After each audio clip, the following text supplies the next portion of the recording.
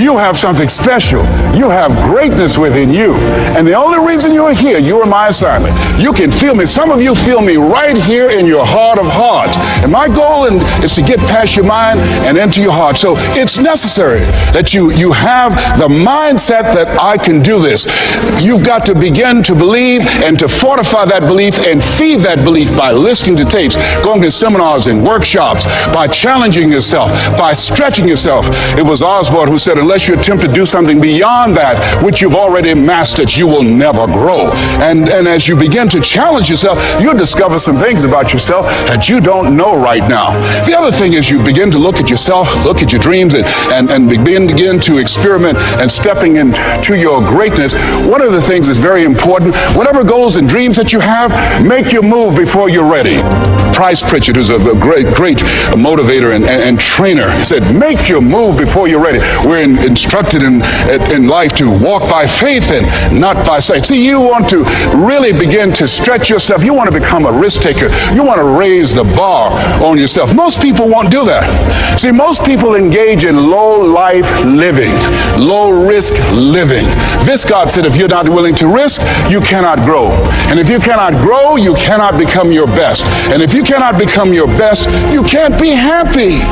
And if you can't be happy, then what else is there? I like what Helen Keller said, life is short and unpredictable. Eat the dessert first. And so you want to begin to take some chances. You want to begin to challenge yourself and make it okay to fail and learn from your failures. Don't allow fear of failure and the allure, the attractiveness of playing it safe in life to draw you in. You can't get out of life alive. You got to die to leave here. Other thing is you look at yourself and look at your dreams. Detoxify your life. Write that down. See, I think that most people never achieve their true goals in life because they're surrounded with too many toxic, negative, energy-draining people. You've got to look at the people in your life and ask yourself the question, what is this relationship doing to me? How is it impacting my life? Am I a better person?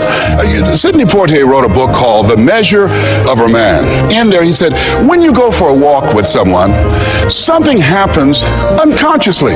It's not spoken. Either you adjust to their pace or they adjust to your pace. Whose pace have you adjusted to? See, you want to surround yourself. My daughter, Ona Brown, who's a speaker and coach, she says, call forth your team, but make sure these are people that you can learn from. It's possible you can live your dream. It's necessary that you have the mindset that I'm going to do this.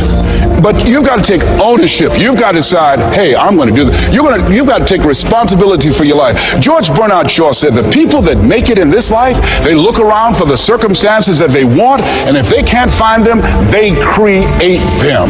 You've got to decide, it's me. You've got to say, and say this with conviction, I expect to win. I think it's important that we say that. You know, if you ask most people, do you want to become successful? They will say yes. Took my oldest son for a walk, my namesake. You know, we always expect our children to do far more than what we do.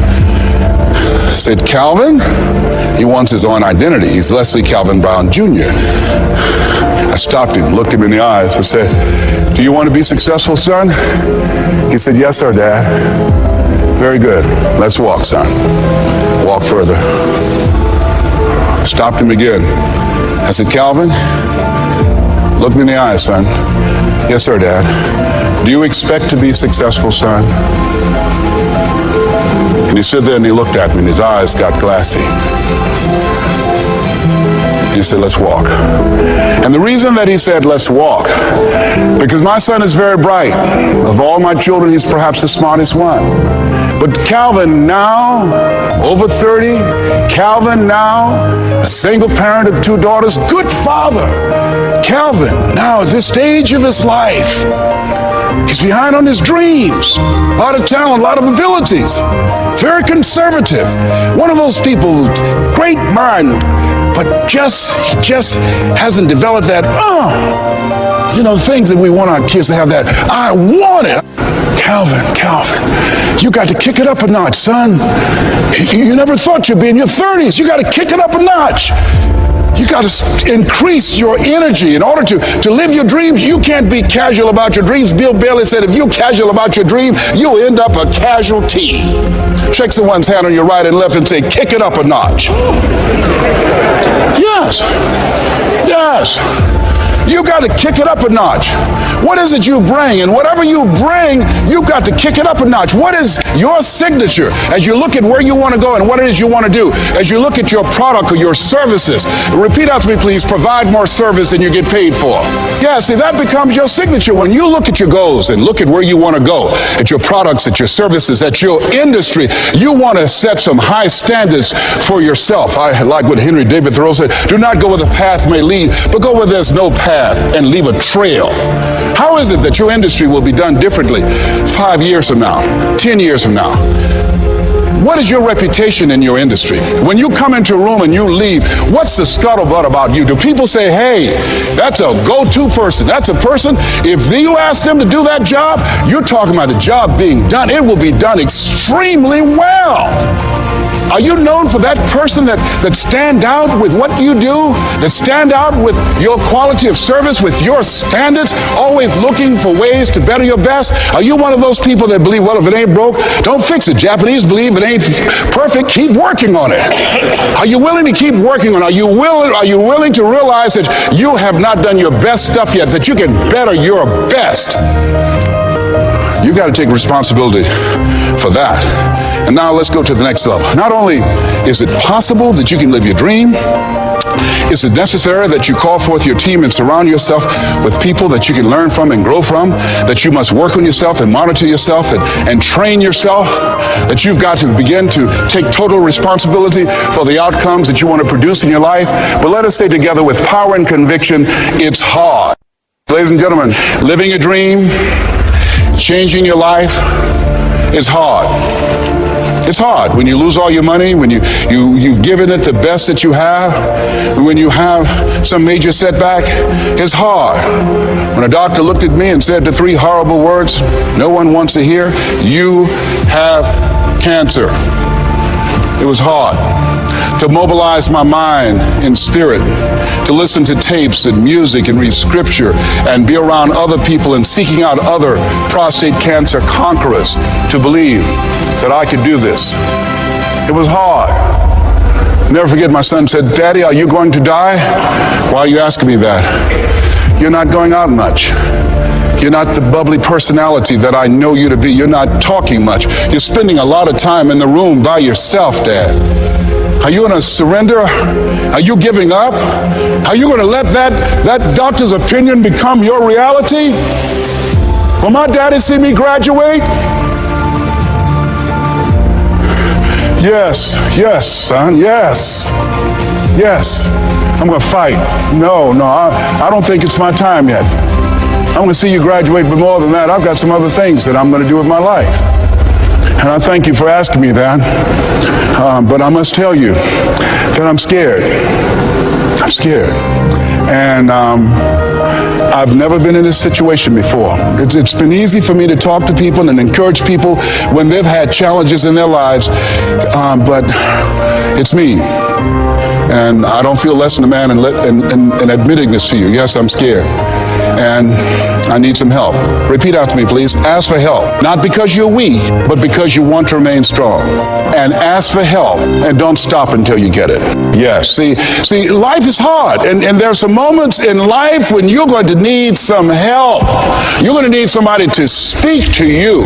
You're going to need somebody to say something to you. I have a friend of mine, Willie Jolly, who's a motivational speaker. He said, a setback is a setup for a comeback. I had to listen to Willie's tapes. I have another friend, Kevin Bracy, who's a speaker. He said, Les, come on, man, you can do this. You can make this happen. You can hit a home run. It's a done deal. You are Les Brown. That cancer's got to get out of your body. I said, talk to me, Kevin. Talk to me. That's what I need to hear. I needed to hear those words. I don't care who you are. Many people won't allow themselves to ask for help because of pride. Pride cometh before a fall. Because of ego. Ego means edging God out. No, ask for help. Not because you're weak, but because you want to remain strong. And ask for help and don't stop until you get it. I'm here because a lot of people helped me. I'm here because a lot of people believed in me at a time when I was struggling to believe in myself. The other thing is, let us say together, it's worth it. Yeah, see, I think, and write this down, you got to find 5 reasons that will make it worth it for you. 5 reasons. What will make it worth it for you? Mine was, I want to take care of my mother. Mine was, I want to do something with my life. What will make it worth it for you? Mine is, I want to leave a legacy, was to believe that I can do what I'm now doing. No one could have convinced me, just given my circumstances. I earn millions of dollars every year. No one could have convinced me. If both my parents came up here right now, I would not know either one. No one could have convinced me, being labeled educable, mentally retarded, born in an abandoned building on the floor in Liberty City, poor section of Miami, Florida, failing twice in school, no college training, never worked for a major corporation. I did not know I can do what I'm doing right now. Never forget Mike Williams, my mentor. I think a lot of people fail in life because of the fact that they need some mentoring, they need some coaching. When you begin to understand and acknowledge your fear, and you go forth anyhow, you go forth in a spirit and a knowing that there's a way that you can begin to handle this. There's a way out here somewhere. There's a solution. What it is that you're seeking, that you have the capacity to whatever comes up, to handle it, to face it. And rather than feeling powerless, you begin to feel powerful. See, when all of the major downsizings that are taking place around this country, there are a lot of people who are biting their fingers in fear that they might lose their jobs. But there are few people who have decided within themselves, I'm going to make it.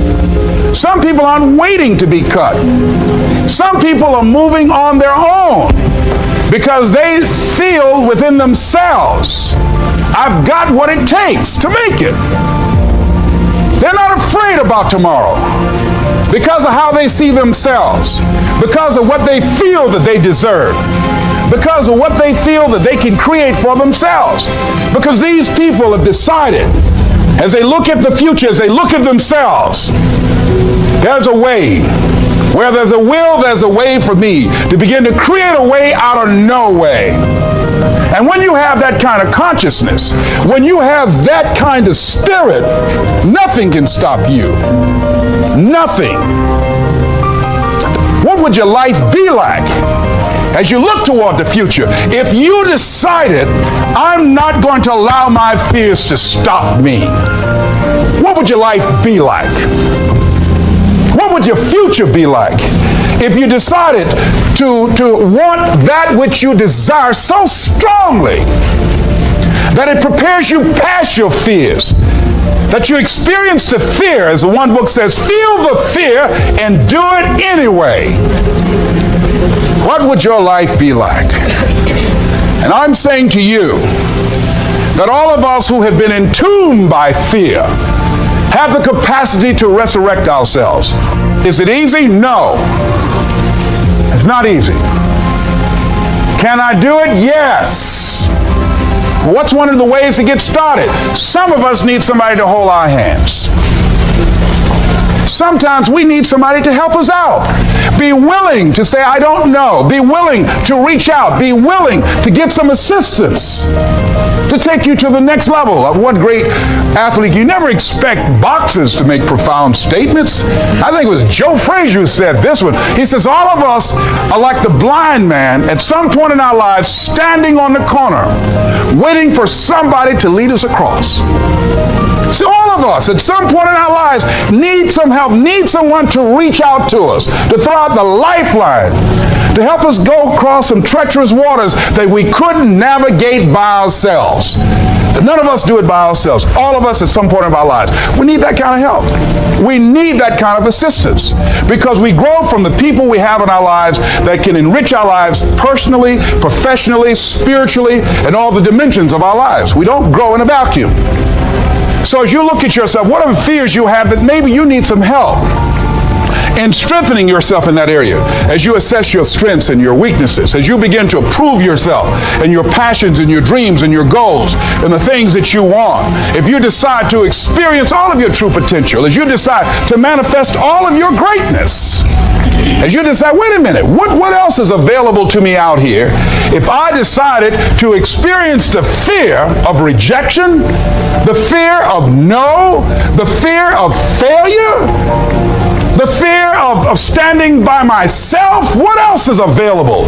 Of taking a chance, a fear of losing it all. What else is available to me that will bring some extra meaning and value?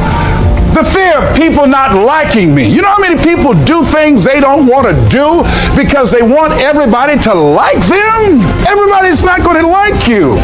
Excuse me, special announcement.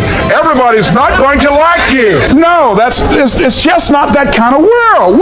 But you know, there are a lot of people who won't take positions on issues, who won't take a stand for things they believe in, who won't speak up for themselves because they don't want to make anybody mad. Oh, it was Bill Cosby. He said, I don't know what the secret of success is. He said, but here's what I know what the secret of failure is. He said, trying to please everyone. I guarantee you that as you begin to give more of yourself in your work, give more of yourself in your marriage, give more of yourself in your relationships with your families and friends, give more of yourself to your talent, to your vocation, to your job or your business, as you begin to set high standards for giving that which you have been given to share in the universe, I guarantee you that life takes on a whole new dimension. That you'll be happier, you have a greater sense of happiness and fulfillment in life. Now, that doesn't mean you're not going to have some challenges. That doesn't mean that you're not going to have some problems that you'll be dealing with on a day-to-day basis. No, that doesn't mean any of that. No, that will not exempt you from that. But what it does mean that now you will begin to take off on some new paths to some newer horizons. That you'll begin to see life totally different than most people. I think that's what Henry David Thoreau meant when he said most men live in quiet desperation. That most of us go through life because we're not using that which we've been given, that we are punished. That we're going through life getting up in the morning with no reason to get up. See, once you find out your purpose in life, and once you decide that you're going to live a life of sharing and giving and contributing to life, you don't need an alarm clock to get up. That you move differently. You have more life in you. But most people are walking around dead. For years, I could have been doing exactly what I'm doing right now. But I was afraid. I didn't feel I was worthy, and I didn't want to recognize that which I had been given. I had a limited view of me, and I was literally running away from me. I mean, life sometimes chases me and says, no, we want you to do something great. No, not me. Go get somebody else. No, you're not talking about me. No. You don't know what I've been doing. No. We want you. We can just groom you and train you and get you ready. Me, yeah. Are you sure? Me, yeah. No, not me. No, I'm just down. No, I don't want to do that. See, ladies and gentlemen, one of the reasons that we should begin to give more is because we owe a debt. Reading a book, John Powell. Well, I'm afraid to tell you who I am because you might not like me, and that's all I've got. A line in there I love to quote, we are made by those who love us and by those who refuse to love us. As I talk to you right now, you're looking at a lot of people up here, ladies and gentlemen. It's not just Les Brown standing here. A lot of people have contributed to make me who I am right now. None of us are here because of our own doing. All of us have had life to contribute to us. Many times complete strangers. So we all have cookie people in our life. What do you mean by cookie people? Cookie people and chicken soup people, as I call them when I do my workshops. Cookie people are people like Miss Lillian. When my mother used to whip me as a kid, and I was a bad twin, always getting in trouble, Miss Lillian would hear me screaming, and after Mama would get through, Miss Lillian would come over to the house and give me some cookies and milk. And my mama said, what you doing back there, Lillian? I'm just giving him some cookies, baby. And she said, here you are, Leslie. Even though you're a bad little boy, I bought you some cookies. So cookie people are people who, even when you are bad, even when you are not being who you really are. They look beyond your faults and see your needs. Even if you're a moody person and curse them out and dog about sometimes, these cookie people love you unconditionally. How many of you have ever had cookie people in your life? All right. So we all have had cookie people that the universe has put in our lives to contribute to us. The other people are the chicken soup people. Chicken soup people are people that you can call at 2 o'clock in the morning and say, I got a flat tire, will you come help me? Or my battery is not running, would you come give me a jump? Or I need some help, would you come get me out of jail? If you don't have some chicken soup people in your life, you better get some. But these are people that you can always call on to help you out. So I'm encouraging you to give a letter of appreciation to some of the cookie people in your life. Some of them might have already made their transition. Write some letters to some people who were a leg up for you, some people who contributed to you being who you are, and just say, I was just thinking over the years, I know you know I love you and appreciate everything you've been to me, but I just wanted to drop you this letter. How do you think they'll feel if they get that? Just out of nowhere, just want to thank you for how you have enriched my life. You might not have thought much of it, but because of the help and assistance you gave me on that particular day, that was a turning point in my life. Why should we give? Well, giving creates a vacuum. And as we know, nature abhors a vacuum. See, when you give, you create a vacuum. You are now in a position to receive. See, if I have my arms closed holding on to everything I've got, nothing is available to come in. But if I'm open, if I've created a vacuum there by giving and keeping the flow going, the stuff in the universe is going to come back to me, ladies and gentlemen. It's going to come back. Whatever you give, whenever I go into a room and give a speech to inspire people, to help them to develop their greatness, if you get 10% of what I get, because as Bach says, we teach that which we need most. I'm not wearing any crown. I need it as much as I'm sharing it. I'm still growing. I'm still unfolding. I'm still seeking to discover my greatness. And if you get 10% of what I get when I walk out of here, see, there will be a different man walking out of here than who came in here. And as I give, the more I give to you, the more I get. Most people don't understand that. That's a law of life. Do you know that we can literally eliminate poverty overnight? We can eliminate hunger and homelessness overnight if people understood the concept of what giving means and the power in it. How about the difference that it can make in our lives? I guarantee if you go to any rundown neighborhood and interview the people there, evaluate their lifestyles and what they're doing and what they're contributing to life, and then go in a wealthy neighborhood and talk to those people and evaluate them and check out what they're doing with their energy and their time and what they're contributing to life. Here's what you're going to discover what Earl Nightingale said. He said, our success in life is directly related to the quantity and the quality of the service that we give. I guarantee you that you will find that people who have more, people that are living the abundant life, are the contributors to life, ladies and gentlemen.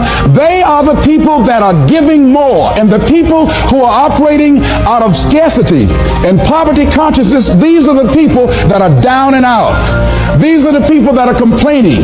These are the people that are blaming the world and everybody for where they are. But if they took that same energy and begin to invest and give something back to life. I was in New Jersey, and I had to give a political presentation to a group there that were trying to organize a community to begin to revitalize that particular community. And the guy was telling me very proudly as we were walking through a housing project, he said, the city is about to give $55 million to renovate these housing projects. I said, what a waste. He said, why would you say that? I said, let me ask you something. And the person that was standing next to him, I said, do you live in this building here? He said, yes. I said, how many families live here? He said, 6 families. I said, we walked in the door, and we can smell the stench of urine.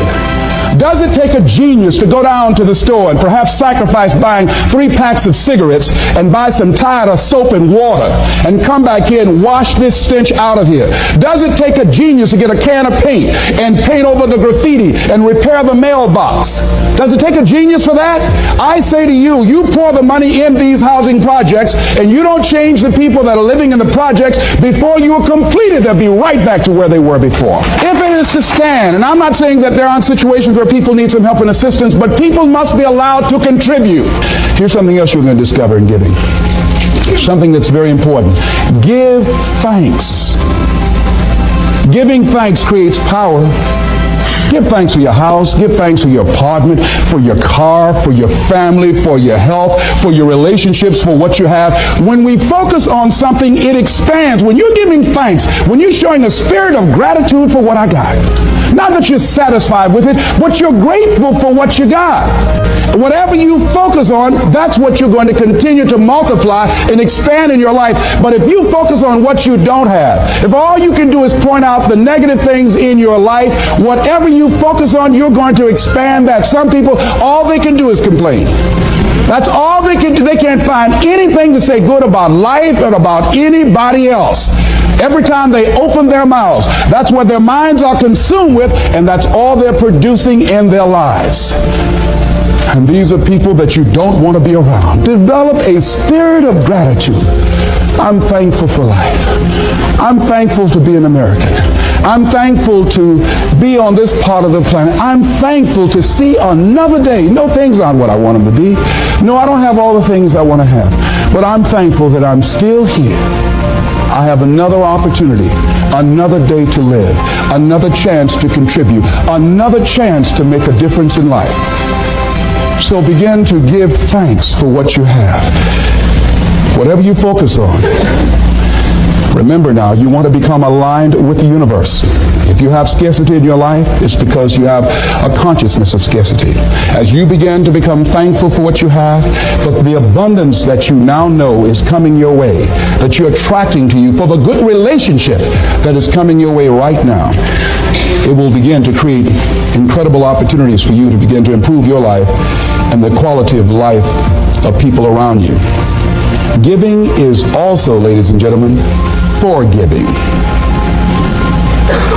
Give forgiveness. Many of us do not realize that we cannot grow, that we are blocking ourselves, we are blocking our good in the universe. We're literally standing in the way of the flow of what life has to us because we haven't learned how to forgive. We haven't learned how to let things go so we can get on with our lives. When we forgive, ladies and gentlemen, it's not for the other person. Oh no, it's for you. It's not for them, not because they deserved it or they earned it. You're forgiving other people. First of all, you've got to forgive yourself. But when you forgive other people, it is mentally and spiritually healthy to forgive. To let that luggage go, as Paul said, forgetting those things which are behind, reaching forth unto those things which are before. Oh, we hear it, but it's hard to do. It's hard. What you have is enough. Whatever you have to give. And the more you give,